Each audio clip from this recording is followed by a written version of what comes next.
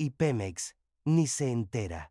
Era una mañana cualquiera en Palacio Nacional, cuando el informe llegó al escritorio de la presidenta Claudia Sheinbaum. No venía de alguna dependencia mexicana, sino del Departamento del Tesoro de Estados Unidos. Y lo que decía era simplemente devastador. Millones de barriles de crudo mexicano habían sido robados y contrabandeados hacia refinerías en Texas. La operación, según el reporte, era quirúrgica. Iniciaba desde terminales internas de Pemex en Tamaulipas y Veracruz, donde grupos criminales habían infiltrado sindicatos, choferes de pipas, operadores de ductos y personal administrativo. El petróleo robado se movilizaba de noche, disfrazado como residuos industriales o material peligroso, evitando las inspecciones aduanales. Una vez cruzada la frontera, refinerías estadounidenses lo procesaban y lo vendían en el mercado global, con ganancias compartidas entre empresarios corruptos y cárteles mexicanos. Pero había algo aún más grave. Estados Unidos sabía y lo permitió. En el documento, clasificado inicialmente como sensible pero no secreto, se detallaban rutas, empresas implicadas, nombres de operadores y facturas manipuladas. Lo más alarmante, algunas de estas compañías eran proveedoras del gobierno estadounidense y otras incluso estaban registradas como donantes políticas del Partido Republicano. Cuando el escándalo estalló, todo se movió rápido. La Casa Blanca filtró que se trataba de un problema interno de México, pero los datos hablaban por sí solos. El crudo robado de Pemex estaba siendo refinado en Corpus Christi, Houston y Brownsville y vendido como si fuera producción legal estadounidense. Claudia Sheinbaum no tardó en reaccionar. En su siguiente mañanera, visiblemente molesta, confirmó que el gobierno mexicano había recibido la información y que una investigación binacional estaba en marcha. Pero no se detuvo ahí. En una de las frases más fuertes de su presidencia dijo: "Esto no es contrabando, es saqueo. Es el mismo saqueo energético que nos prometieron que había terminado con la reforma energética y que ahora sabemos que sigue, solo que más sofisticado y más cínico". Mientras tanto, la Agencia de Investigación Criminal de la FGR, en coordinación con Inteligencia Naval, comenzó a intervenir estaciones de carga y distribución en Veracruz y Tamaulipas. El operativo se llamó Tzompantli, en referencia a los altares prehispánicos donde se exponían los cráneos de los enemigos. El mensaje era claro: vamos por todos. Los primeros detenidos incluyeron a exfuncionarios de Pemex Logística, operadores sindicales y dueños de empresas de transporte con registros en Texas y Delaware. Uno de ellos había sido asesor energético durante el sexenio de Calderón. Otro, según reveló la UIF, tenía vínculos financieros con la red de Genaro García Luna. La noticia explotó en los medios internacionales. CNN, Reuters y El País hablaban ya del caso como el nuevo huachicol a nivel continental. Pero en México, algunas televisoras evitaron tocar el tema. ¿Por qué? Porque según documentos filtrados, una parte del crudo robado también fue triangulado a través de empresas de comunicación con cuentas en paraísos fiscales. Y entonces el pueblo lo entendió. El saqueo no era solo por abajo, ni era nuevo. Era estructural, protegido desde las altas esferas y disfrazado con discursos de inversión y desarrollo. El petróleo de México, una vez más, en manos de otros. Pero esta vez, la verdad ya estaba afuera, y Claudia ya había prometido: esta vez no va a quedar impune. Capítulo 2. Claudia responde en vivo. Y sacude Washington. La noticia del saqueo energético ya estaba recorriendo el mundo, pero fue durante la conferencia matutina del miércoles cuando todo cambió. A mitad de su intervención, la presidenta Claudia Sheinbaum fue informada que Donald Trump había solicitado una llamada de emergencia. Era algo inusual, inesperado. Pero Claudia no dudó. Detuvo la mañanera y atendió desde su despacho privado. Minutos después, regresó al estrado con el rostro endurecido. Ya no era solo una jefa de Estado, era una presidenta molesta, traicionada, decidida. Acabamos de hablar con el expresidente Donald Trump. Le hemos exigido que su gobierno y los empresarios que lo rodean colaboren de inmediato con las autoridades mexicanas para identificar a las refinerías, brokers y transportistas involucrados en el robo de crudo. Los periodistas en la sala se quedaron en silencio. Nadie esperaba una respuesta tan directa, pero lo que vino después fue aún más explosivo. Nos han robado desde adentro y ahora sabemos que también desde afuera. Lo sabían y callaron.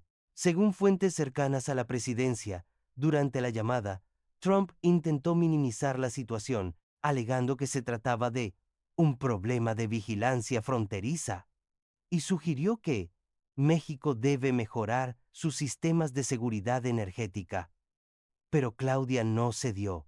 Le recordó que Pemex es una empresa del Estado mexicano y el crudo que cruza la frontera sin autorización, no puede refinarse sin complicidad oficial. Las tensiones escalaron y la reacción no tardó en llegar. En las siguientes 24 horas, el asesor de seguridad energética del entorno de Trump fue destituido y el Departamento de Justicia de Estados Unidos anunció que investigaría los contratos de 3 refinerías privadas en Texas sospechosas de haber procesado petróleo mexicano robado. Mientras tanto, en México, la UIF congeló 19 cuentas bancarias ligadas a exportadoras fantasmas que operaban desde Veracruz, y la Secretaría de Energía ordenó una auditoría integral a los ductos estratégicos que conectan con la frontera norte. El escándalo ya no era una teoría, era una guerra energética diplomática, un conflicto que, por primera vez, no estaba siendo silenciado con declaraciones vacías ni boletines fríos. Claudia había decidido enfrentarlo en público, y eso hizo temblar a Washington. En redes sociales, el pueblo mexicano reaccionó con fuerza.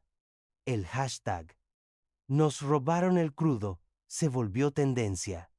Miles exigían conocer los nombres de las empresas estadounidenses involucradas. Otros pedían que México suspendiera los acuerdos bilaterales de exportación de hidrocarburos hasta que se esclareciera el caso. Los medios internacionales no tardaron en bautizar el conflicto la guerra del huachicol binacional, el saqueo silencioso de Pemex. Sheinbaum contra el modelo energético norteamericano. Desde Houston, un periodista de Reuters filtró que una de las refinerías implicadas había recibido apoyo legal de un ex embajador de EEUU en México. En paralelo, activistas ambientales comenzaron a investigar si parte de ese crudo había sido comercializado en Asia como producción verde, lo que multiplicaba aún más las ganancias del robo. Claudia Sheinbaum, al finalizar la conferencia, dejó una frase que estremeció a todo el continente. Nos dijeron que ya no nos conquistaban con espadas, pero ahora lo hacen con ductos, contratos y bancos. Pues aquí ya no más. Y con esa frase, México ya no era solo una víctima más del mercado global, era una nación dispuesta a enfrentar al gigante. Capítulo 3. El pueblo exige justicia y la red se extiende. Lo que parecía un escándalo limitado a unas cuantas refinerías texanas terminó revelando una red continental de saqueo energético. Las investigaciones de la UIF, la Secretaría de Energía y el SAT comenzaron a cruzar datos con agencias internacionales, y lo que descubrieron fue más grande de lo que nadie imaginaba. El petróleo crudo robado de ductos y terminales de Pemex no solo era refinado en Texas, también era triangulado a través de paraísos fiscales y vendido en Asia, África e incluso Europa como si fuera producto legal norteamericano. Parte de esas ventas eran clasificadas como energía limpia para obtener subsidios internacionales. ¿Y quién estaba detrás? Según los informes filtrados por Reuters y Al Jazeera, el cártel de Jalisco Nueva Generación tenía el control operativo del robo desde Veracruz y Tamaulipas, pero eran empresas fantasmas registradas en Delaware y en el Caribe, quienes cerraban los tratos con brokers internacionales. En México, los nombres de algunos exfuncionarios comenzaron a circular en los expedientes. Exdirectivos de Pemex Logística, contratistas privilegiados desde el sexenio de Calderón y operadores energéticos vinculados al PRI y al PAN. Pero también surgieron nombres en Estados Unidos, refinerías privadas, grupos financieros con oficinas en Houston y Nueva York e incluso consultoras energéticas que trabajaron con gobiernos estatales de Texas y Luisiana. La presidenta Claudia Sheinbaum, frente a esta avalancha de evidencias, convocó a una conferencia internacional sobre soberanía energética, con la presencia de mandatarios de Bolivia, Venezuela, Colombia y Brasil. En su mensaje, no dejó espacio para dudas. América Latina no puede seguir siendo el tanque de gasolina del norte. No más. Lo que hicieron con nuestro crudo es lo mismo que han hecho con nuestros pueblos. Extraerlo todo, pagarlo barato y dejar el desastre. Las palabras de Claudia provocaron un aplauso de pie en Montevideo, donde se realizaba el encuentro. En México, se convirtieron en himno.